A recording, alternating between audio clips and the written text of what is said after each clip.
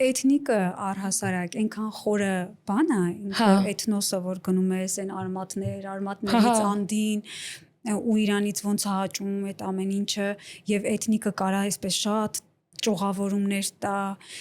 դրա համար մենք էլ ինչ ենք մեզ ասում էթնիկ պրոգրեսիվ մետալ երբ որ մեր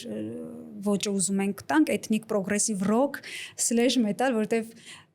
մետալ գործեր էլ ունենք բայց շատ մեղեդային ռոքի մեջ շատ մեղեդային գործեր ունենք որ հələ բանել է այդ ռոքա թե չէ Պարզապես դասական ռոքի գործիքներով է նվագված, որովհետև այդ էթնիկը իր մեջ շատ բան է խորքն է, դու պետք է այդքան գիտակցություն ունենաս, գնաս քո արմատը, չգիտեմ, որտեվ դա մենակ երգ չի կամ մենակ գործիքավորում չի։ Իսկ դուք լրիվ հասկանում եք, որտեվ դուք եք դրա մեջ։